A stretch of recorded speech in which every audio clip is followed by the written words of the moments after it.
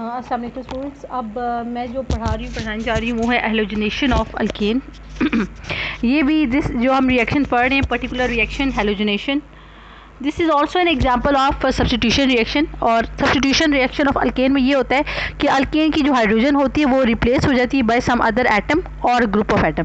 लेकिन इस केस में क्या होगा, अल्केन की जो हाइड्रोजन होगी वो रिप्लेस होगी बाय हैलोजन। ठीक है, हैलोजन के बारे में आपको पहले बता दूँ, दिस इज हैलोजन्स क्या होता है, जो group 7A of the periodic table होता है उसको हम कहते हैं हैलोजन्स। ठीक है, और हैलोजन्स के अंदर 4 एलिमेंट्स होते हैं, फ्लोरीन, उसके नीचे क्लोरीन, उसके नीचे ब्रोमीन और आयोडीन। ठीक है, तो हम इस तरह पढ़ लेते हैं जैसा कि आपकी बुक में जो पढ़ी वर्डिंग यूज़ हुई है। Alkanes react with chlorine and bromine in the presence of sunlight or ultraviolet light or at high temperature, resulting in the successful replacement of hydrogen atom with halogens called halogenation. Alkanes क्या होते हैं, जब chlorine और bromine के साथ react करते हैं। देखिए, हैलोजेंस भी सारों के साथ हैलोजिनेशन नहीं होती, हैलोजिनेशन होती है, हैलोजन जो ग्रुप है उसमें से क्लोरीन और ब्रोमीन सिर्फ ऐसे होते हैं जो हैलोजिनेशन देते हैं। So alkanes react with chlorine and bromine in the presence of sunlight, ultraviolet light और हाई टेम्परेचर। यानी इसके पास क्लोरीन और ब्रोमीन जो होती है, जो हैलोजिनेशन होती है, उसके पास 3 ऑप्शंस है, या तो सनलाइट हो, या अल्ट्रावायलेट लाइट हो, या हाई टेम्परेचर हो। और उसकी वजह से उसके जब ये इनमें से कोई भी एक अगर रिक्वायरमेंट फुलफिल होती है, देन आगे लिखा है resulting in the successful replacement of hydrogen atom with halogen atoms. यानी उसमें क्या होता है, एक एक करके जो अल्केन के सारे हाइड्रोजन एटम होते हैं वो रिप्लेस हो जाते हैं बाय हैलोजन एटम्स, और इस प्रोसेस को हम कहते हैं हैलोजिनेशन। ठीक है, नेक्स्ट है एक्सटेंट ऑफ हैलोजिनेशन, जो है वो डिपेंड करती है on the amount of halogen used. यानी जितनी अमाउंट ऑफ हैलोजन यूज़ होगी उतनी ही हैलोजिनेशन ज़्यादा होगी। सो एक्सटेंट ऑफ हैलोजिनेशन उतनी ही होगी जितनी आपने हैलोजन ज़्यादा यूज़ की है। रिएक्शन ऑफ अब वही बात है कि जैसे मैंने आपको ऊपर बताया कि सिर्फ क्लोरीन और ब्रोमीन क्यों मेंशन हुए, और फ्लोरीन और आयोडीन भी तो देखिए, ये भी दोनों भी तो हैलोजन्स हैं ना, वो क्यों नहीं मेंशन हुए, तो उसकी वजह अब इस लाइन में बता दी गई है। ठीक है, ऊपर हमने पढ़ लिया कि जितनी आप हैलोजन ज़्यादा यूज़ करेंगे उतनी हैलोजिनेशन ज़्यादा होगी। अच्छा, इसमें यही बता रहे हैं कि reaction of alkane with fluorine is highly violent. यानी अगर अल्केन फ्लोरीन के साथ रिएक्ट करेगा तो ये रिएक्शन बहुत ही ज़्यादा वायलेंट होगा, यानी तशद्दुद वाला होगा, और मतलब बहुत धमाका खेज होगा। And results in a mixture of carbon fluorinated alkanes and hydrofluoric acid. यानी इसके नतीजे में आपके पास कार्बन ऑब्टेन हो जाएगी, फ्लोरिनेटेड अल्केन्स और हाइड्रोफ्लोरिक होगा। लेकिन हम इस रिएक्शन को इसलिए अवॉइड करते हैं क्योंकि ये बड़ा धमाका खेज रिएक्शन होता है। और देन हम उसमें आयोडीन को क्यों नहीं इस्तेमाल करते, देखिए क्योंकि हैलोजन में तो फ्लोरीन, क्लोरीन, ब्रोमीन और आयोडीन है ना, तो आयोडीन को क्यों नहीं इस्तेमाल करते, उसकी वजह बताई गई है कि iodine does not substitute directly because the reaction is too slow. आपको पता है हैलोजिनेशन जो है ये भी एक सब्स्टिट्यूशन रिएक्शन है, लेकिन आयोडीन की सब्स्टिट्यूशन डायरेक्टली नहीं होती, क्योंकि इस केस में अगर आयोडीन होती है उसकी सब्स्टिट्यूशन नहीं होती, क्योंकि ये रिएक्शन आयोडीन के साथ बहुत ही ज़्यादा स्लो होता है और रिवर्सिबल होता है। The order of reactivity of halogen is F2 is greater than chlorine, is greater than bromine, is greater than iodine। यानी फ्लोरीन की रिएक्टिविटी सबसे ज़्यादा होती है, जैसे मैंने आपको बताया बड़ा वॉयलेंट किस्म का रिएक्शन होता है। उसके बाद क्लोरीन की रिएक्टिविटी ज़्यादा है, उसके बाद ब्रोमीन की, और आखिर में आयोडीन की। ठीक है, नेक्स्ट में आपको ये बताया कि halogenation is believe to proceed through free radical mechanism and it involve the following 3 steps. जैसे कि मैंने आपको शुरू में बताया था कि जितने भी अल्केन्स होते हैं उनमें 2 तरह के रिएक्शंस होते हैं, एक होता है सब्स्टिट्यूशन रिएक्शन और दूसरा होता है थर्मल एंड कैटालिटिक रिएक्शन। और मैंने आपको शुरू में जब इस रिएक्शन का इंट्रोडक्शन बताया था तो मैंने आपको ये बताया था कि हैलोजिनेशन जो है ये भी फ्री रेडिकल मैकेनिज्म से होता है, यानी इस रिएक्शन के दौरान एक फ्री रेडिकल जनरेट होता है जिससे पूरा रिएक्शन आगे बढ़ता है। ठीक है, स्टेप 1 में क्या होता है, जैसे कि हमने ये भी पढ़ा था कि nitration is also a free radical reaction, और नाइट्रेशन जो अभी हमने इससे पहले पढ़ा वो भी एक सब्स्टिट्यूशन रिएक्शन है। तो इसके 3 स्टेप्स हैं। First step is called initiation, यहाँ यानी इसकी वजह से ये रिएक्शन स्टार्ट होता है हैलोजिनेशन का। सेकेंड स्टेप होता है propagation, and third step is called termination. Propagation क्या होता है, प्रोपगेशन के नतीजे में जो रिएक्शन होता है उसके नतीजे में ये होता जाता है, हैलोजिनेशन आगे बढ़ता ही जाता है, और जो टर्मिनेशन वाला रिएक्शन होता है इसके नतीजे में हैलोजिनेशन आखिर को एंड पे पहुंच जाती है, आखिरकार ख़त्म हो जाती है। ये बात समझ आइए। तो मैं दोबारा बताती हूँ कि ये जो फर्स्ट रिएक्शन है इनिशिएशन जिसका नाम है, इसके ज़रिए हैलोजिनेशन स्टार्ट होती है। नेक्स्ट जो है प्रोपगेशन। प्रोपगेशन क्या होता है? प्रोपगेट होता है फैलाव। प्रोपगेशन के जो रिएक्शंस होते हैं इसके नतीजे में हैलोजनेशन प्रोसीड करते हैं, ठीक है। इसके नतीजे में अल्केन से एक एक करके सारी हाइड्रोजन रिप्लेस होती है बाय हैलोजन। और जो लास्ट प्रोसेस है टर्मिनेशन, टर्मिनेशन का जो रिएक्शंस होते हैं इसके नतीजे में हैलोजनेशन जो है वो एंड हो जाती है, ठीक है, यानी ख़त्म हो जाती है। तो प्रोपगेशन क्या होता है? जैसे आपको हमने पहले बताया कि इसमें क्या होगा, एच वी का मतलब है ये सनलाइट है। ये जो लाइट एनर्जी होती है वो आपको पता है वो एच और म्यू की फ्रीक्वेंसी के इक्वल होती है, एच म्यू। अच्छा, ये टर्म इनिशिएशन में क्या है, ये एक क्लोरीन मॉलिक्यूल है और इसके ऊपर सूरज की लाइट पड़ी, एच म्यू का मतलब सूरज की लाइट पड़ी। अब जो आपको पता है कि हैलोजनेशन के लिए 3 रिक्वायरमेंट है, सनलाइट, अल्ट्रावायलेट लाइट या हाई टेम्परेचर। तो जब ये सनलाइट पड़ेगी तो आपको पता है ये जो बॉन्ड है क्लोरीन टू क्लोरीन ये ब्रेक हो जाएगा, ठीक है। अब जब ये ब्रेक होगा, आपको पता है एक बॉन्ड के अंदर 2 इलेक्ट्रॉन्स होते हैं, तो इसका और वो 2 इलेक्ट्रॉन एक क्लोरीन की तरफ से आया होता है और एक दूसरे क्लोरीन की तरफ से आया होता है।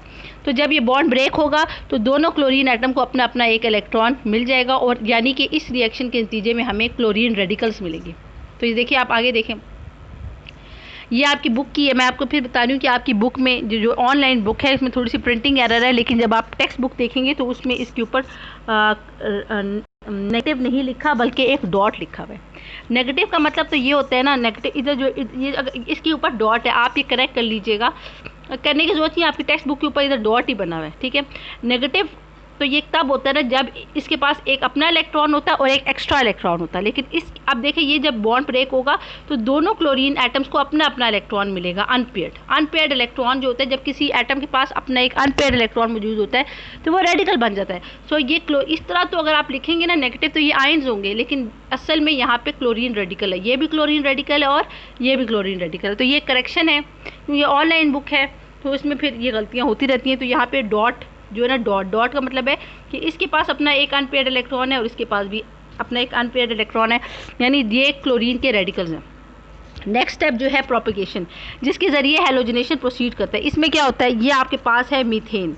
मीथेन है, मीथेन आपको पता है 3-4 बॉन्ड बनाता है, 4 सिंगल बॉन्ड बनाता है हाइड्रोजन के साथ, ठीक है। फर्स्ट प्रोपगेशन स्टेप में क्या होगा, यहाँ पे अब यहाँ पे जैसे क्लोरीन लिखा है इसके ऊपर कुछ इंडिकेट ही नहीं क्यों किया, लेकिन असल में इसके ऊपर डॉट आपने इंडिकेट करना है, ये बात समझ आइए। आप इसके ऊपर डॉट इंडिकेट करेंगे क्योंकि ये क्लोरीन का रेडिकल है, ठीक है। तो ये HCH3 ये बेसिकली मीथेन, डिफरेंट तरीके से मीथेन ही लिखा हुआ है, ठीक है। तो फर्स्ट स्टेप पे प्रोपगेशन में क्या होगा, लाइट पहुंचेगी ना इधर तक तो एक पहला कार्बन टू हाइड्रोजन बॉन्ड इस लाइट के पड़ने की वजह से टूट जाएगा। तो आपको मैंने पहले बताया कि हर बॉन्ड में 2 इलेक्ट्रॉन्स होते हैं, एक एटम की तरफ से आया होता है, एक दूसरे की एटम की तरफ से। तो हर एटम के पास अपना अपना इलेक्ट्रॉन पहुंच जाएगा, इस कार्बन के पास भी अपना अनपेयर्ड इलेक्ट्रॉन चला जाएगा और इसके पास भी। तो ये जो हाइड्रोजन होगी जिसके पास एक अनपेयर्ड इलेक्ट्रॉन है, ये क्लोरीन रेडिकल के साथ कंबाइन करेगी और HCl बनाएगी, जबकि यहाँ इसके नतीजे में हमें हासिल होगा मिथाइल रेडिकल। सो ये जो CH3 है, CH3 नहीं है बल्कि इसके ऊपर इस जगह पर जहाँ पे मैं पॉइंट आउट कर रही हूँ यहाँ पर एक डॉट आपकी टेक्स्ट बुक में भी लिखा होगा, यानी ये मिथाइल रेडिकल है और आपके पास HCl है। नेक्स्ट स्टेप पे क्या होगा, देखिए इस स्टेप का नतीजा क्या निकला, आपके पास मिथाइल रेडिकल जनरेट हो गया। नेक्स्ट स्टेप में ये जो मिथाइल रेडिकल है वो एक और क्लोरीन मॉलिक्यूल के साथ रिएक्ट करेगा और यही HV की लाइट है, ठीक है। एक और क्लोरीन के साथ रिएक्ट करेगा, अब क्या होगा, वही लाइट की प्रेजेंस में ये वाला बॉन्ड ब्रेक कर जाएगा, ठीक है। दोनों क्लोरीन के पास अपने अपने इलेक्ट्रॉन आ जाएंगे, तो एक क्लोरीन रेडिकल होगा, यानी 2 क्लोरीन रेडिकल जनरेट होंगे। तो एक क्लोरीन रेडिकल जो है वो इस मिथाइल रेडिकल के साथ कंबाइन करके मिथाइल क्लोराइड बनाएगा, this is called methyl chloride, ठीक है। और एक जो है chlorine radical as it is रहेगा। इसी प्रोसेस को हम प्रोपगेशन भी क्यों कहते हैं, क्योंकि देखिए ये जो रिएक्शन ये एंड नहीं हुआ, बल्कि इसके नतीजे में ना ये जो स्टेप है मज़ीद क्लोरीन रेडिकल्स जनरेट हुए हैं। तो जब तक क्लोरीन रेडिकल जनरेट होते जाएंगे तब तक ये जो रिएक्शन है सब्स्टिट्यूशन का वो होता जाएगा। तो ये देखिए जो प्रोपगेशन का स्टेप है, इसको प्रोपगेशन भी इसी वजह से कहते हैं कि पहले में क्या हुआ था, मीथेन ने क्लोरीन रेडिकल के साथ कंबाइन किया, मिथाइल रेडिकल और HCl बनाया। नेक्स्ट स्टेप में क्या हुआ, मिथाइल रेडिकल ने एक और क्लोरीन मॉलिक्यूल को ब्रेक किया और फिर मिथाइल क्लोराइड और एक और क्लोरीन रेडिकल बना दिया। अब ये क्लोरीन रेडिकल मज़ीद फिर इसी के साथ मज़ीद रिएक्ट करेगा, यानी ये जो आपके पास मिथाइल क्लोराइड नहीं आपको दिखाई दे रहा, ये वाला क्लोरीन रेडिकल, इसके ऊपर एक डॉट आपने इंडिकेट करना है, ये वाला क्लोरीन रेडिकल मज़ीद इस मिथाइल क्लोराइड के साथ रिएक्ट करता रहेगा, हत्ता कि इसकी सारी हाइड्रोजन को रिप्लेस कर देगा बाय क्लोरीन एटम्स, और आपके पास फाइनली CCl4 बन जाएगा। समझ आई? यानी एक एक करके इसकी सारी हाइड्रोजन की जगह क्लोरीन आ जाएगा। समझ आ गई? सो ये मेन पर्पज़ है। तो ये प्रोपगेशन का स्टेप उस वक्त तक होता रहेगा जब तक सारी हाइड्रोजन को क्लोरीन जो है वो रिप्लेस नहीं करेगा। लास्ट प्रोसेस जो स्टेप नंबर 3 है वो है टर्मिनेशन। टर्मिनेशन में क्या होगा? टर्मिनेशन होता है एंड, किसी चीज़ का एंड। अगर तो ऐसा होगा कि क्लोरीन यहाँ पे भी इन्होंने इंडिकेट नहीं किया, बट इस CH3 के ऊपर एक डॉट आना चाहिए, यानी CH3 रेडिकल है, और इस क्लोरीन के ऊपर डॉट आना चाहिए, यानी ये क्लोरीन रेडिकल है।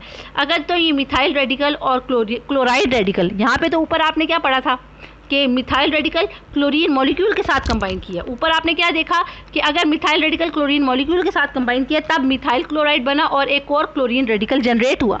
लेकिन अगर मिथाइल रेडिकल एक और क्लोरीन रेडिकल के साथ कंबाइन करेंगे, इसके ऊपर इंडिकेट नहीं किया, बट ये दोनों रेडिकल्स हैं, डॉट डॉट इंडिकेट होगा।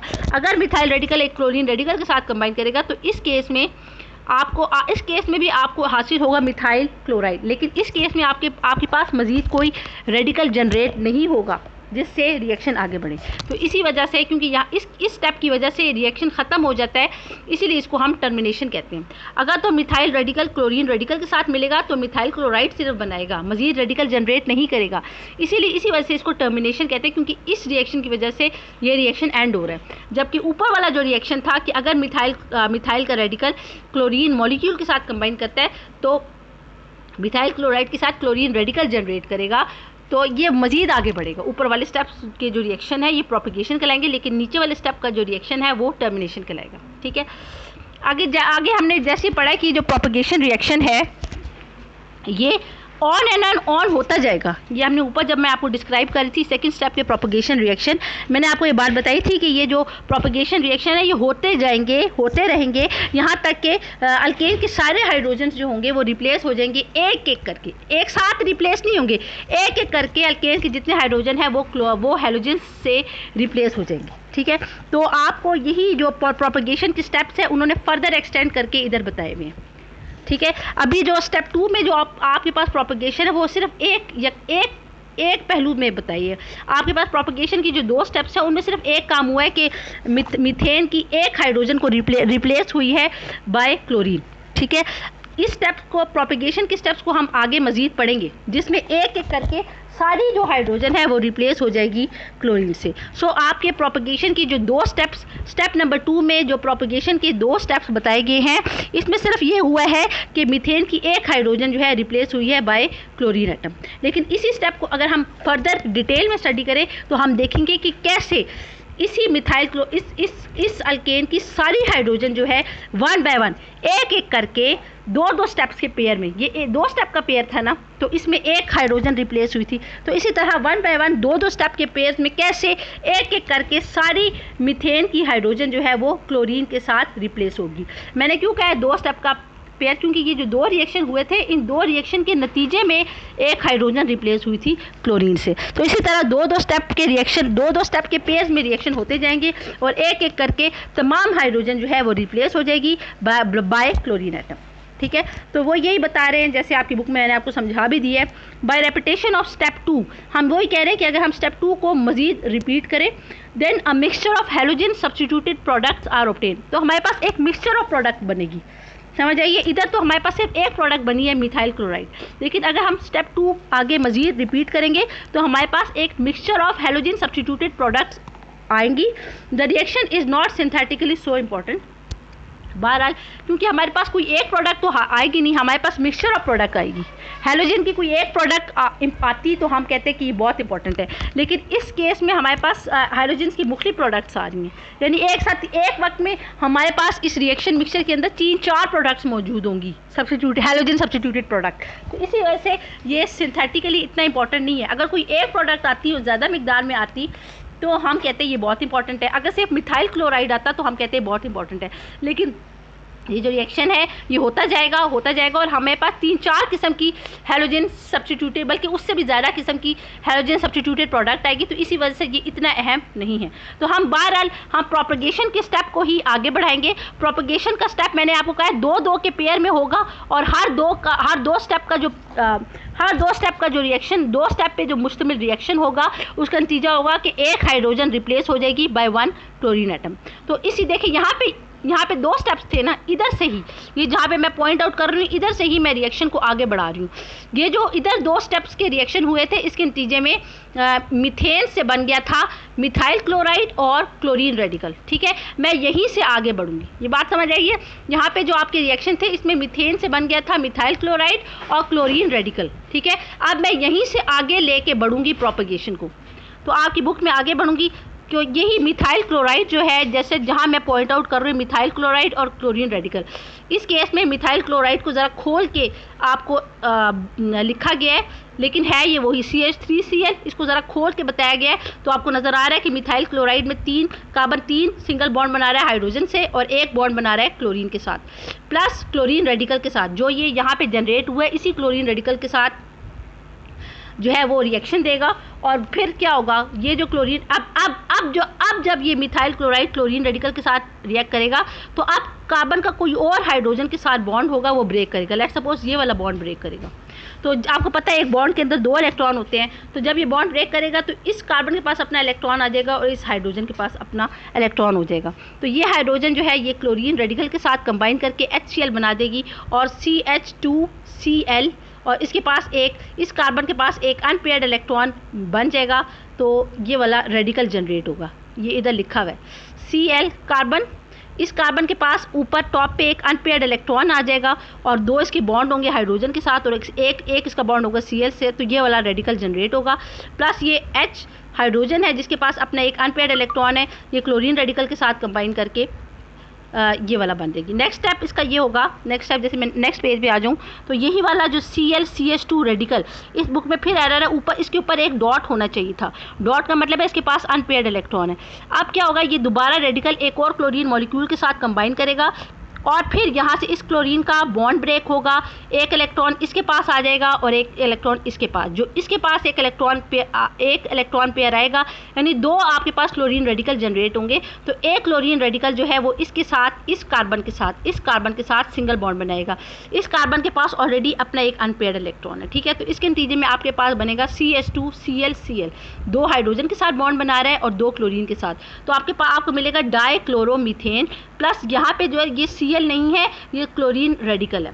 फिर यानी देखिए इन 2 स्टेप रिएक्शन का नतीजा क्या निकला, अब आपके 2 हाइड्रोजन रिप्लेस हो गया मीथेन के क्लोरीन के साथ।